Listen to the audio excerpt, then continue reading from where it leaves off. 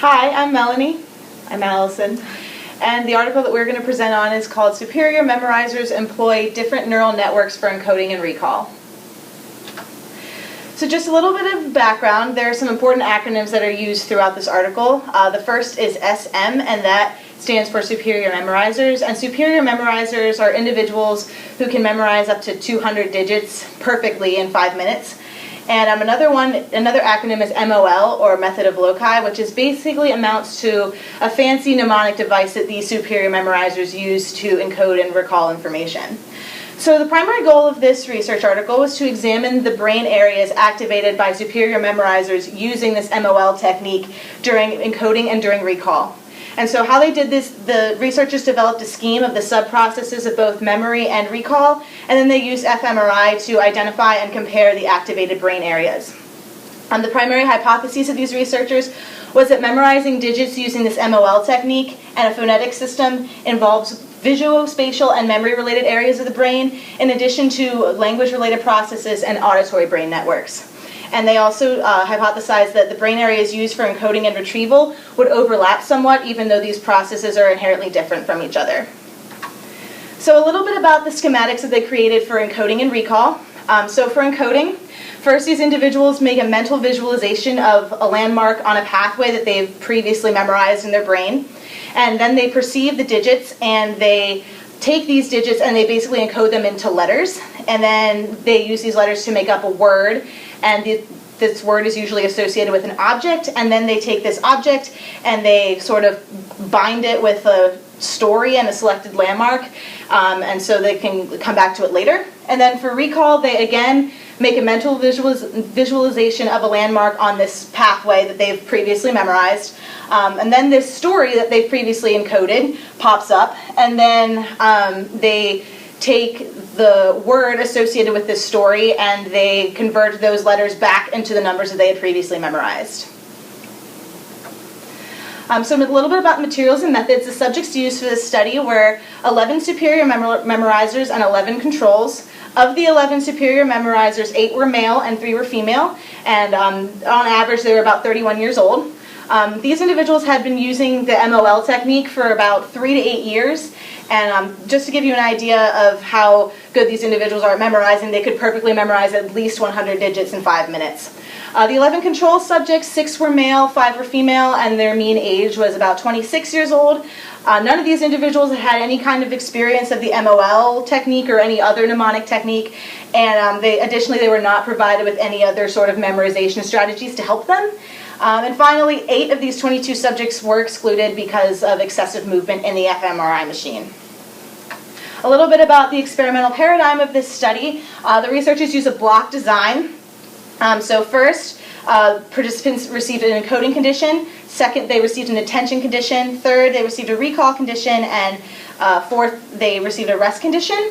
So when individuals went into the MRI machine, they were first exposed to the encoding condition, which lasted for 60 seconds. And in this condition, participants were exposed to a 5x8 matrix of 40 digits. And they were asked to memorize as many as they could in that duration of time. And then followed by that, there was an attention condition, which lasted for 20 seconds, where participants were exposed to a different matrix, and they were asked to identify all of the even digits. And this was done in order to stop the encoding process from the previous encoding condition.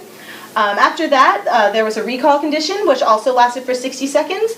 And during this time, they were asked to verbally recall as many digits as possible in the correct order in which they were presented.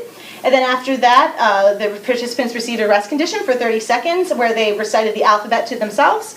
And this cycle repeated for 8 minutes. And then afterwards, the researchers measured the bold signal that was generated in the fMRI machine.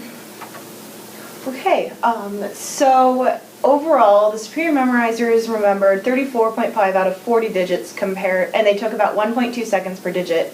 This is compared to the control group, who recalled 10.8 digits and took about 2.5 seconds per digit to recall those digits. So there's a really clear difference between the superior memorizers and the control group. During their statistical analysis, they used a very conservative analysis to make sure that the differences they found were really there. And they mainly looked at differences between the control and the superior memorizers. So they were only looking at processes that the superior memorizers used that the control group did not. So superior memorizers had significantly more activation in several brain areas during the encoding process, including the left secondary visual areas, the left medial superior parietal cortex, left middle temporal gyrus, parietal retrosplenial cortex, and the posterior parahippocampal gyrus.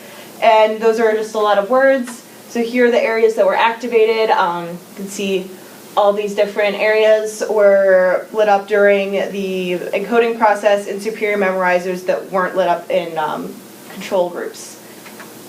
And then just to really emphasize the difference, this is a graph of that bold signal in these different areas, and superior memorizers are in blue and the control subjects are in red, so you can see that there is significantly more activation in these superior memorizers in these areas. And then they looked at the areas that were activated during recall, and the superior memorizers also used significantly different areas during recall, different from the control groups and also significantly different from the encoding process.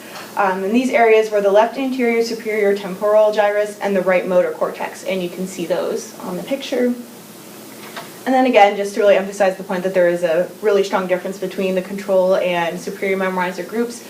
Again, the superior memorizers are in blue and the control subjects are in red, and you can see that really sharp difference in the bold response. So what does this all mean?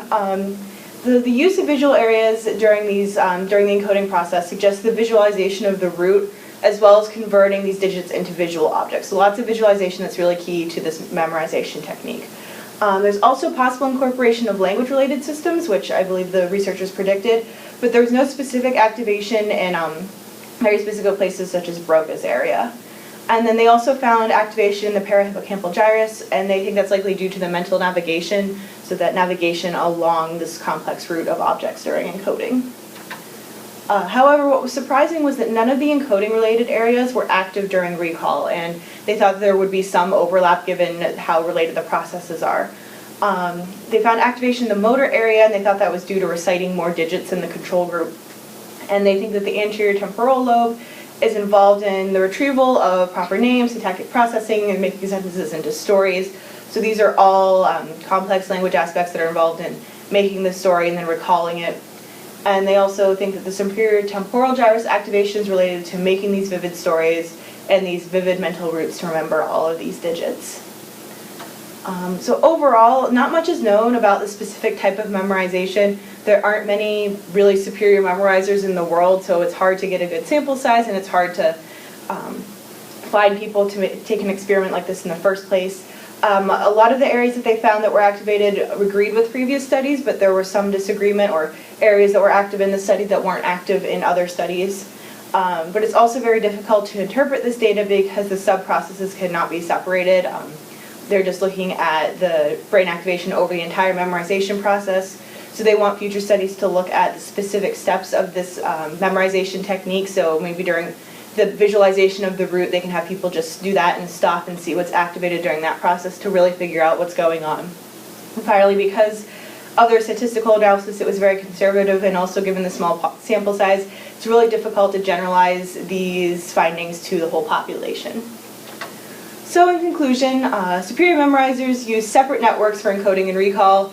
There's less overall brain activation for recall. And finally, there's a connection to learning and memorization in everyday things such as schools. If this technique is truly that effective that you can memorize hundreds of digits in a matter of minutes, maybe these techniques can be taught in schools to help students just learn general knowledge. So, thank you.